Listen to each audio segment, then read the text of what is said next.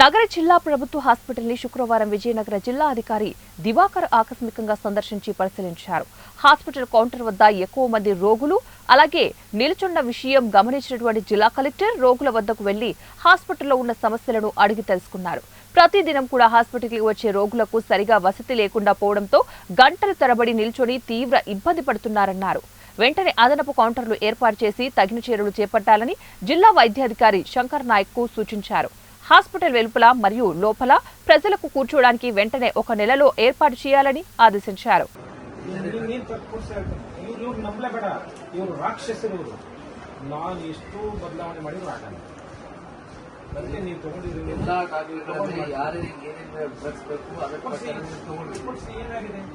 Amount ಇದೆ, commission ಕೊಡ್ತೀನಿ, standard chemicals ಕೊಡ್ತೀನಿ, ಸ್ಟ್ಯಾಂಡರ್ಡ್ ಅಪ್ಪ ಡಾಕ್ಟರ್ ಯಾವುದರ ಬರೀ ನಮ್ಮ ಅದನ್ನು ಕೊಡ್ತೀವಿ ಫ್ರೀ ಆಗಿ ನಮ್ಮಲ್ಲಿ ಅಮೌಂಟ್. ಓಕೆ ಸರ್, ಅದನ್ನೇ ಪೂರ ಕಳಿಸ್ತೀವಿ.